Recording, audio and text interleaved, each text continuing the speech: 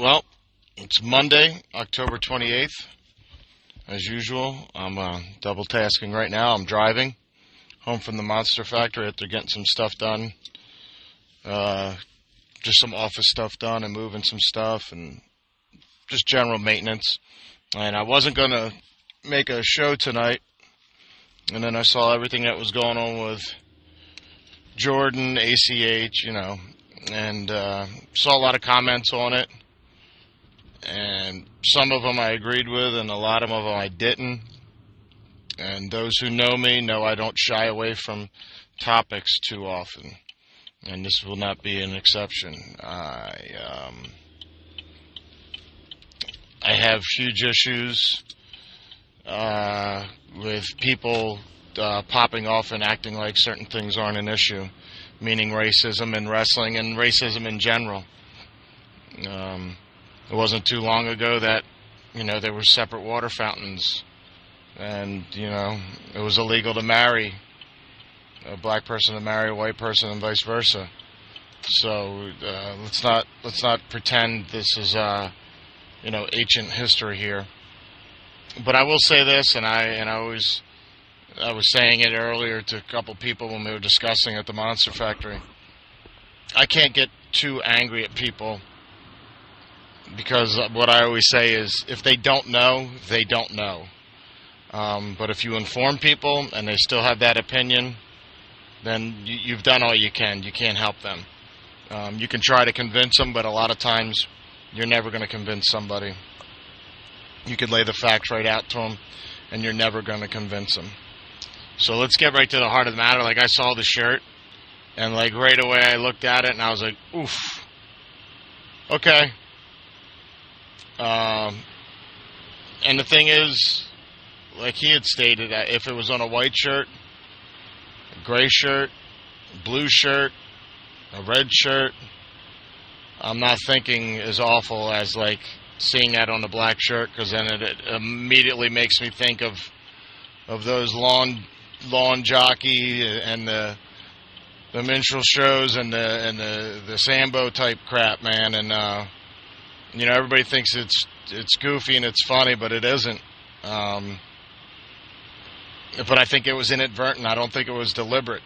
And I told the kids a story at the Monster Factory last night about somebody, I won't mention her name, but somebody very close to me, and it was just over a decade ago, and we were all decorating pumpkins, and this person, we had a small pumpkin about a little bit bigger than a softball,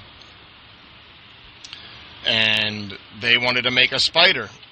And because I remember in class, the craft classes, we would take those little foam balls, styrofoam balls, and we'd paint them black, and we'd put pipe cleaners in it, and we'd make a spider. Well, they painted the pumpkin black and put googly eyes on it.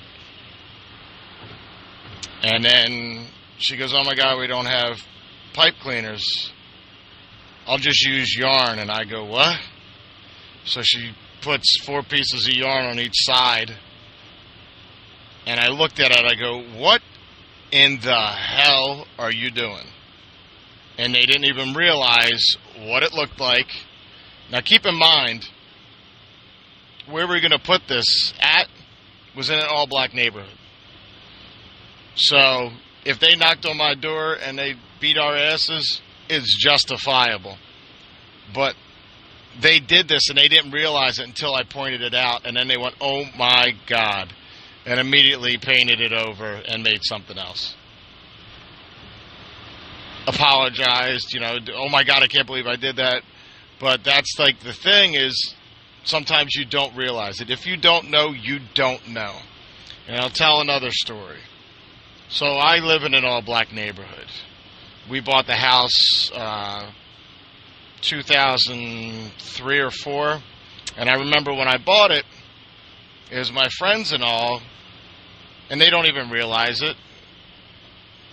They were saying, you live in the hood and stuff like that, and then you can't afford a better house, you make over 6 figures. And I was like, we like this house, we like this neighborhood, so we bought it. So there's nothing to it. And I still remember a realtor who was a friend of ours even said, like, "You sure you want this house? It's an all-black neighborhood."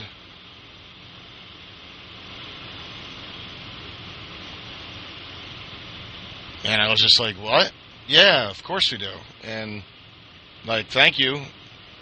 And I didn't get angry. I got disappointed. And I just pointed out to them, how wrong they were. And we've been here now for close to 15 years.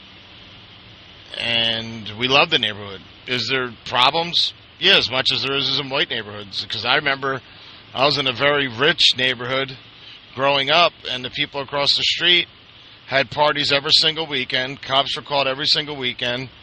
And then it turned out later that they were dealing drugs out of the house. So, yeah. And I also remember one time at the house, and this will go two ways, because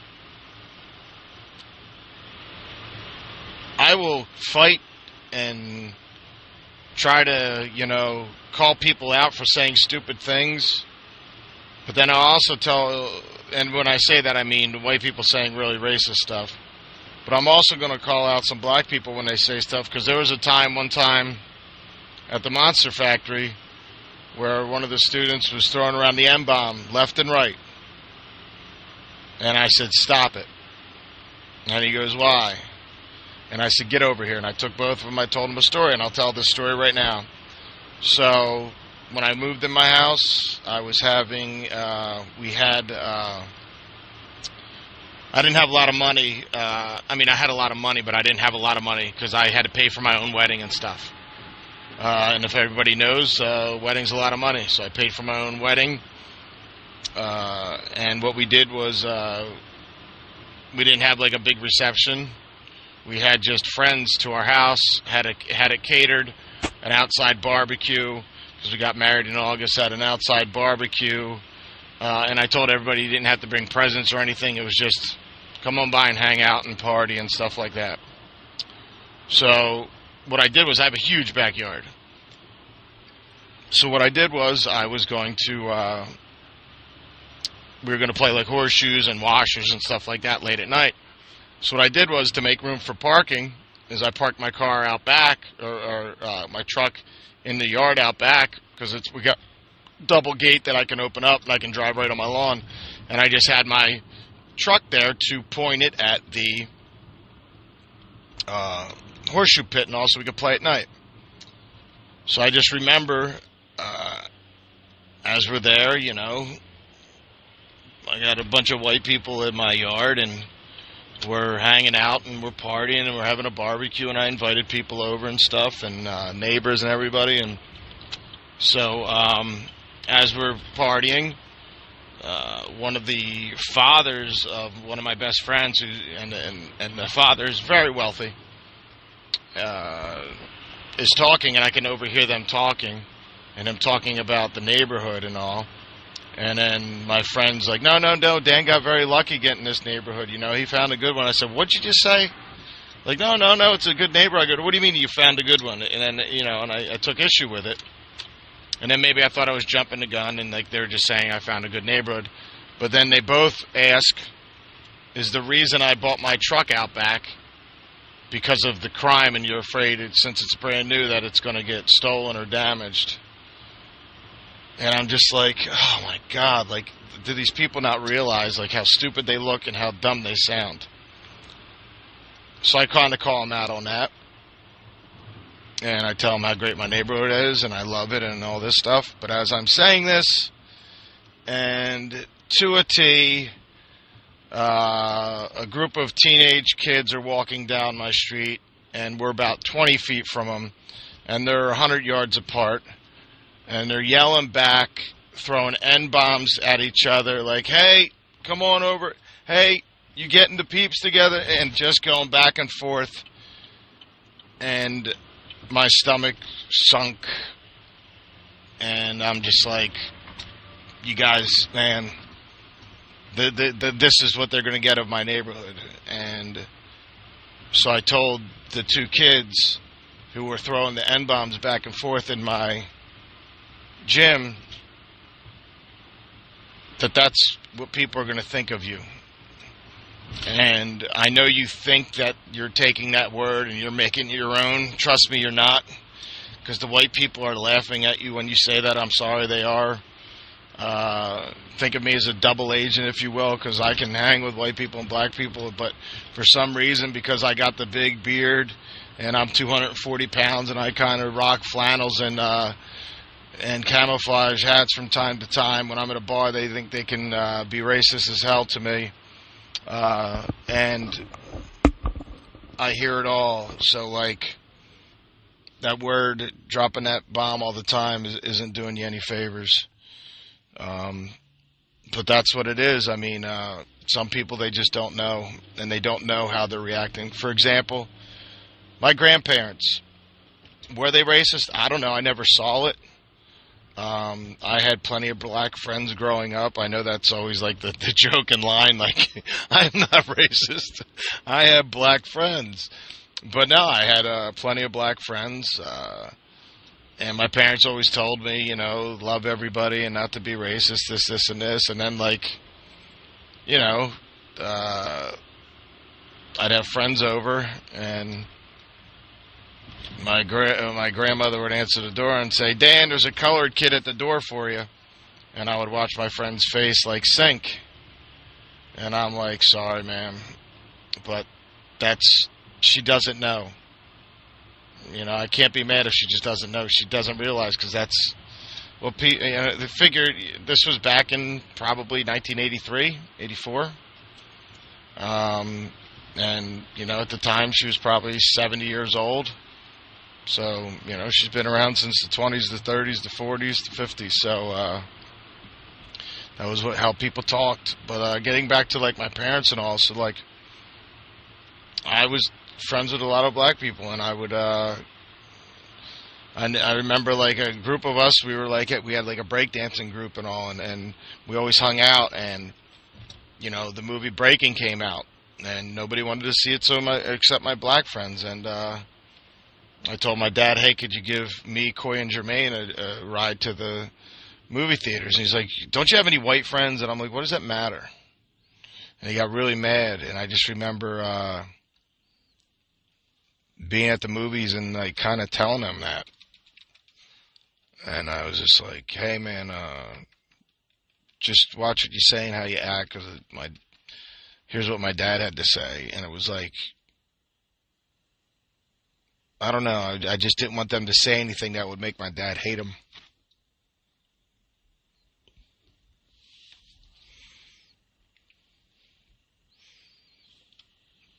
You know, it's weird.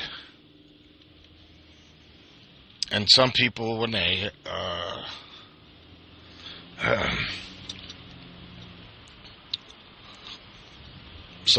have, like, parents that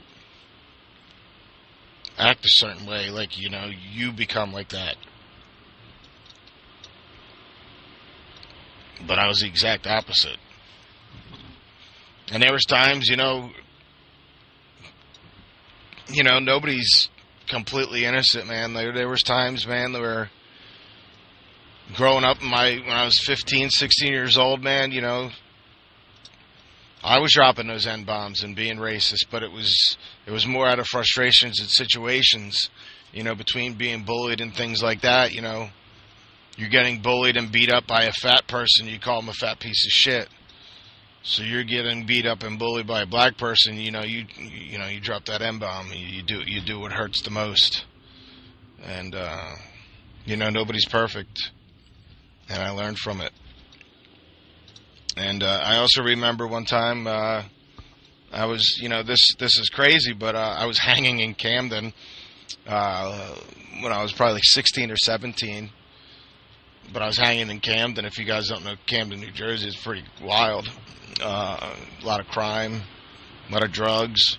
But I was hanging there with my friends who were all black, but we were hanging out there. We weren't drinking, we weren't into drugs, we weren't doing anything bad. We were 16 and 17 years old. But we were all hanging out on a corner like around 11:30 midnight, and You know, when you're 16, 17 years old, if you were doing that in any other neighborhood, it'd be like, hey guys, you should get home, you know, whatever, whatever. But like, I remember a cop driving up to me asking me if I was all right, and I'm like, yeah, what do you mean? He goes, no, are you okay? Like, I guess like he thought like they were holding me against my will or something. And I was like, no, man, I'm hanging out. And he's like, you know, you getting home soon? I was like, yeah, I'm going home in like a half hour, 45 minutes. We're all leaving. But we were just friends with some people that were from Camden, and where I lived was 15 minutes from Camden. And, you know, like I said, it was a very wealthy neighborhood. Well, not very wealthy, but a wealthy neighborhood. You know, Cinnaminson and Morristown, right around that area. And, you know, it was just one of those things where, like, you don't realize it. But, yeah, it's like, so I don't know if, it was on purpose, the shirt. You know, I don't know if they were doing the old stepping and fetching thing. I don't know if they were going the old, you know, Sambo type shit. Sorry for cursing, but I just, you know. But at the same time, I don't have the right to tell anybody how they should feel. You know, I can't tell Albert, you know, ACH how to feel, Jordan. I don't know how to tell other black people how to feel.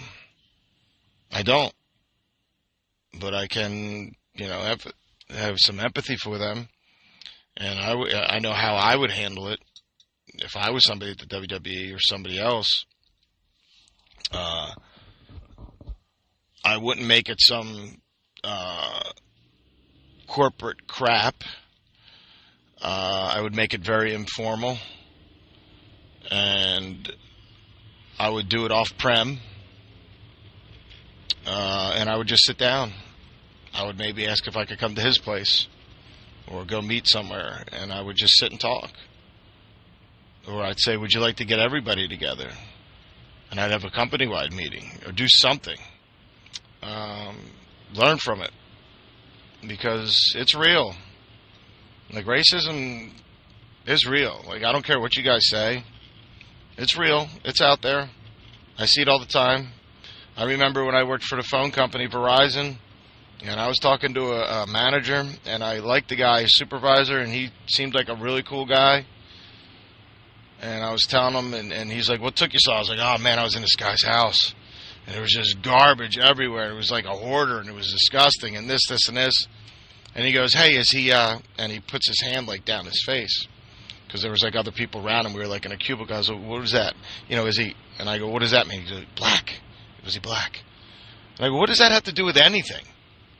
And then he knew right away, you know, not to say that crap around me. But I didn't understand that. Like, what did that matter? And in the meantime, you know, this guy's now a supervisor, and we had like 4 or 5 black techs in my group. And, you know, he would have a buck up his butt in particular about them guys. So, if it's like that on such a small scale, who knows what it's like on a bigger scale. You know, I've never experienced any thing dealing with WWE, and I would have not got any feelings of the racism that I saw in my dealings with them and talking to them. You know, my dealings with them, though, is how would I see them? I'm a white guy. But I've never heard anybody say anything to me or do anything. And it is what it is. You have to be tough, because everybody's going to be a critic out there, no matter what you put out there. I've had things on my show where people wanted to do certain gimmicks that were black, and I was like, I don't know if you want to do that. And he's like, no, I really like it. I was like, I don't know if you want to do that, though, because it's going to make, I'm not going to trot that out there because I won't be part of that. You know, we had one wrestler who was Hispanic, and he wanted to do something with tacos and stuff. And I said, dude, no. Why? I want to do it. I was like, I don't want you to do it. It's not going to help us. It's not going to help you. It's not going to help the community. It might be funny, but I'm not catching shrapnel for it, and neither are you. So no. And then there's times where we did something where we had just out of nowhere we had a group, and it was a guy named Hassan, a guy named Tyrone, and a guy named Corey, and minorities, and they took a belt and they whipped the everlasting damn out of our heavyweight champion, who was white. And I wanted it to be uncomfortable, and I told everybody I wanted it to be uncomfortable. And they made it uncomfortable, and Hyena Hex laid it in, and Getty took all of it, and they held him up against the corner post, and they whipped him. And I wanted it to be uncomfortable. And so I had a vision in mind. And then what we did later is I told them we're going to have a lumberjack match. And it's going to be a lumberjack strap match. And the show is going to be called The Whipping Post. So a couple of the black kids came up to me and they said, yo, what's with this? And I said, here's what I have in mind. And I laid it out for them. And they said, the one kid, Hyena Hex, who's black, he's like, is Getty going to whip me with the belt? And I said, no. And he goes, well, I think you should. I said, no, I will never have a white person hit anybody, any black person, with anything, a belt, a whip, anything like that. I was like, but what I am going to do is you're going to do it again to them. And I want them to know. And I was like, because the baby faces won't do that to you because it's not the right thing to do. And it's kind of like that movie, A Time to Kill. If you guys never seen that, you should see it. But here's Matthew McConaughey describing all these things happening to this little girl who was African American, getting beat, full beers thrown at her, raped, all these things. And he said, now close your eyes and imagine she's white. So I kind of wanted to have everybody feel really uncomfortable watching this black guy whip this white guy's ass with a belt over and over again.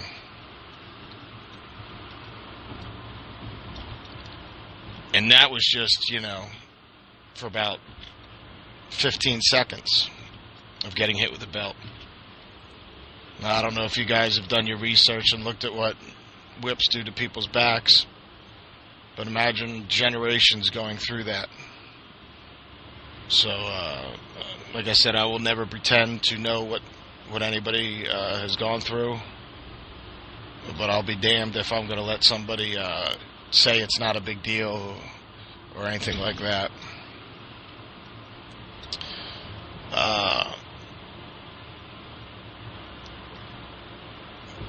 Is the shirt for sale? No. Is there a new shirt out there, or is he being released? I don't know the whole story. And I didn't hit up any of my friends at the Performance Center. I didn't hit up Albert. I did message him just to tell him, sorry you have to go through this, because I got to meet him and I like him and seems like a great kid. And I just hate to see anybody go through this. Because, again, we don't know the whole story. But from what I see, it's tough. And I just hate the people that are judging him and acting like it's not a big deal. It is a big deal. You never know how something's going to affect somebody.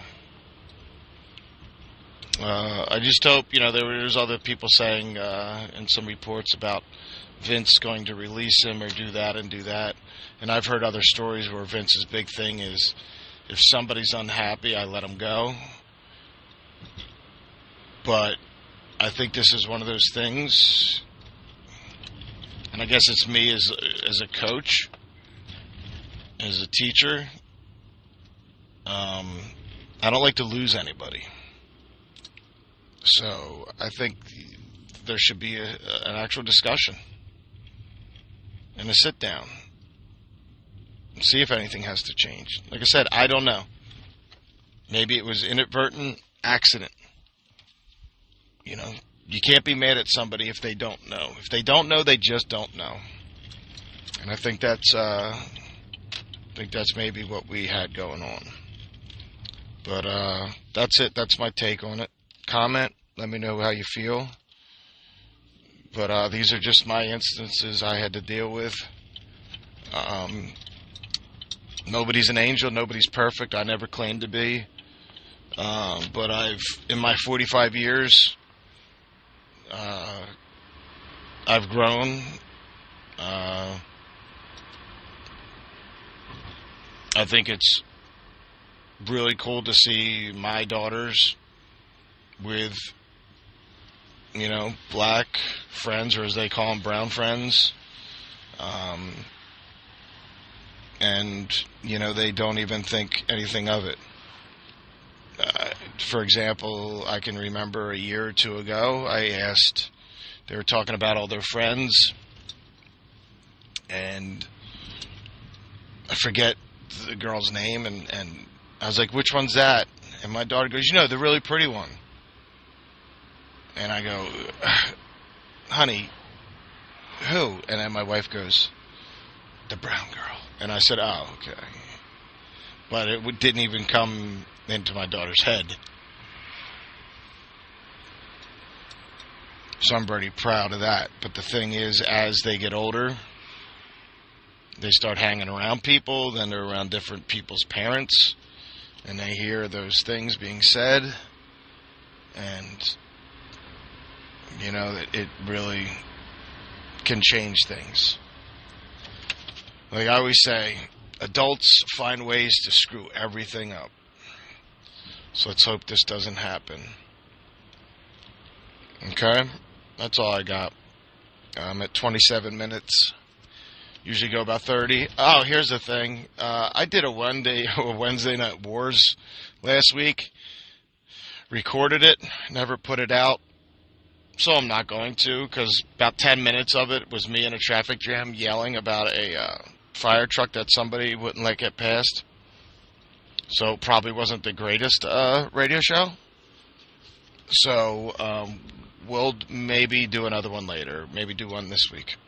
But those are my thoughts on racism, and you know, stuff in general. And guess what, man? I've been accused of racism, and I've been accused of sexism, and I've been accused of homophobia. And you're not going to convince everybody, man. And there's some that just say it to say it. But if there's somebody who says it and they mean it, then I'm going to have a discussion about it.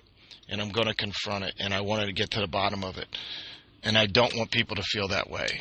And if I said something that made them feel that way, I'd apologize. And I wouldn't want them to feel that way. So there's that. You know, I remember one of my friends, you know, rest in peace. He's passed away a couple of years ago. Aaron Gainey, he was one of the Nigerian Nightmares, and there's a rumor going around that I was racist, and it was from a bunch of the guys that we used to work with in wrestling, but they knew that I was very firm on racism and stuff like that, so they basically were like, how can we mess with Dan?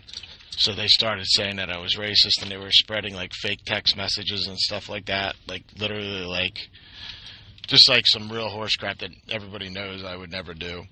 And the guy Aaron, he went and he made an Instagram post. It might even still be on it. He just went into the camera. I'm picking my daughter up right now. He went on a thing and he goes, Danny Cage racist? Man, he's blacker than me. Hey, honey, I'm making a radio show right now. Taco Bell? Yeah, we're going to Taco Bell, baby. Put your seatbelt on. Yeah, so that's it. I just picked my daughter up from cheerleading. No, you're at cheerleading with Mommy and Sarah. You played soccer earlier, got picked and came here. I'm picking you up now. So that's me just wrapping up the radio show. So you can see I'm legitimately am on the road getting things done. But yeah, so yeah, good times, good times. That's it. Like I said, I don't know what to say about the whole situation. We'll see how it pans out. Hopefully it all works out. Hopefully, you know, there's something that people are going to learn from in this, and not just have it a bunch of people lashing out. All right. Thank you. Love you. Goodbye. This was the Danny Cage Show.